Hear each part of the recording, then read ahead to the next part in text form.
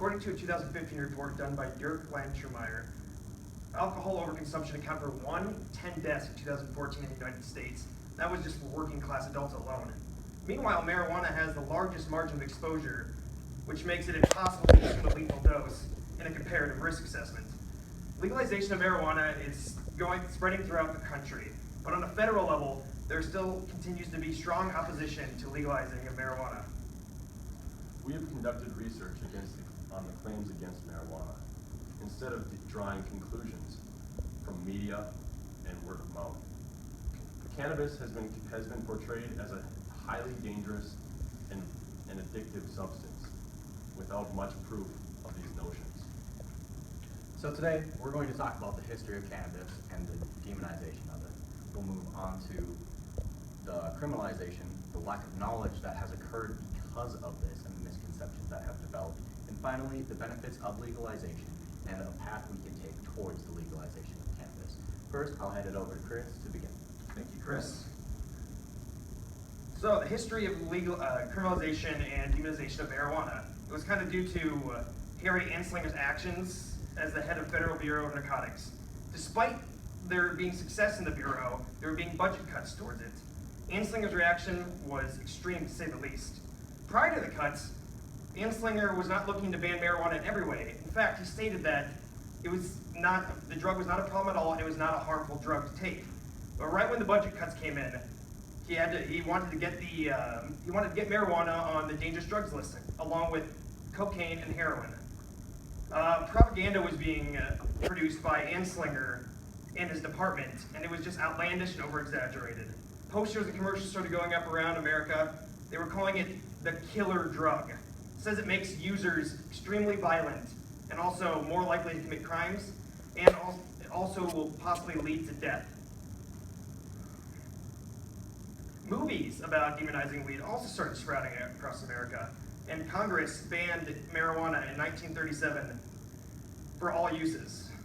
The Nixon campaign had a huge part in the further demonization of marijuana. After his presidency, he declared war on drugs, all drugs. But he really wanted to hit hard, really hit home, so he went after the drugs that were aimed towards children, which was thought to be marijuana. He was also concerned with the amount of marijuana being produced in Mexico and being smuggled across the border, so he wanted to create a scarcity of it. So what he wanted to do was boost the street prices so that it would make it harder to produce marijuana as well as purchase it. Even though doctors and scientists and the Nixon staff even said the marijuana was a non-harmful drug, he was far too determined to take it down at this point. In 1994, John Auerchman came out to the public on why they demonized both marijuana and the races associated with marijuana. He stated, "We can arrest their leaders, break into their homes, break up meetings, and vilify them night after night on the evening news. Do we know we were lying about the drugs? Of course we did." Now that you know some of the criminalization history of marijuana, Justin will tell you why people still demonize weed to this day. Thank you, Chris.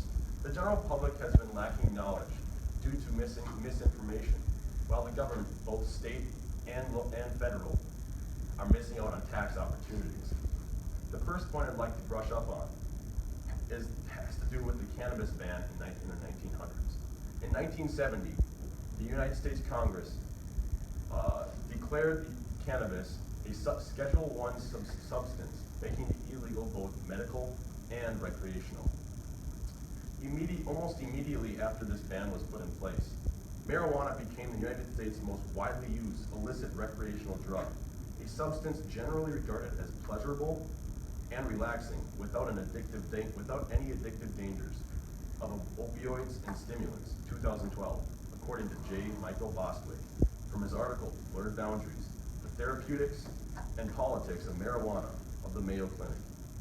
Next, and probably most importantly, is the lack of knowledge due to governmental misinformation. NBC News wrote from their article, "No high risk. Marijuana may be less harmful than alcohol and tobacco. Most experts say there has never been a documented overdose death from marijuana use in someone without an underlying condition." 2015. Multitudes of studies have taken place on marijuana. all leading to the same general answer. Inhalation of cannabis cannot kill you single-handedly. People continue to believe that cannabis, marijuana, is the gateway drug and to lead people to decide to try other drugs. Instead of this being even slightly true, it is completely false. This thought is almost completely brought up to by Anslinger and his corrupt agenda. Last but not least, in 2005, the government could have saved $7.7 billion in policing of these drug raids.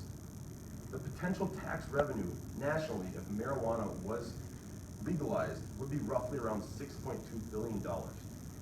You do the math, and your opinion may change on legalization of marijuana.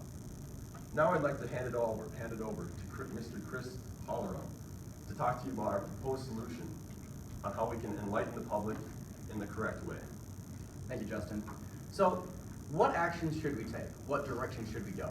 Let's take a look at Colorado and what they've done with the legalization.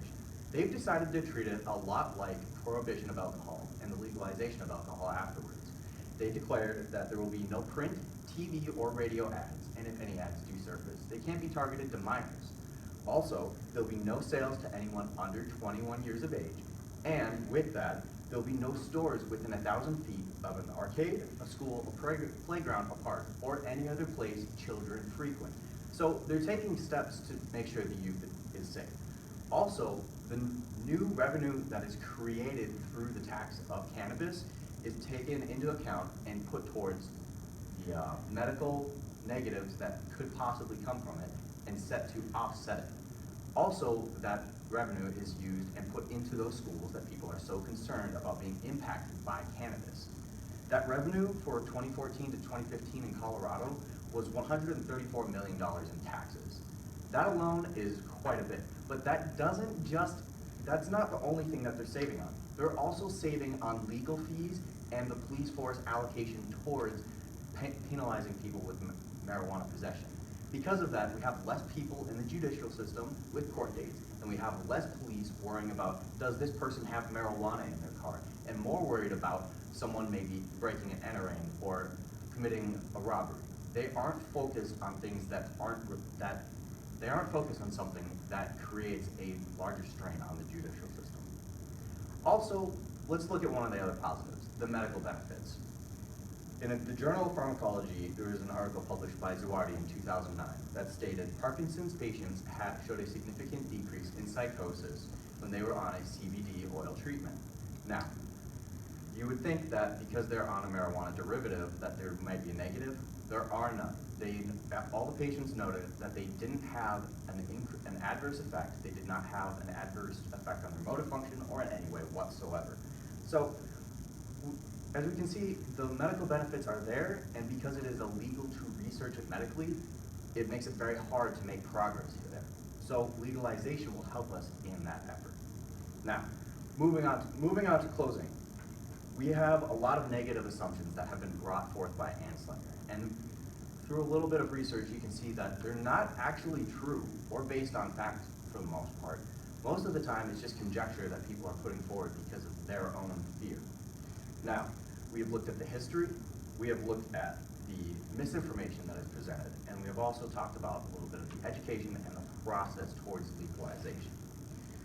And as we can see, that the long history of marijuana that has been used for political gain and self-preservation within the political sphere is wrong.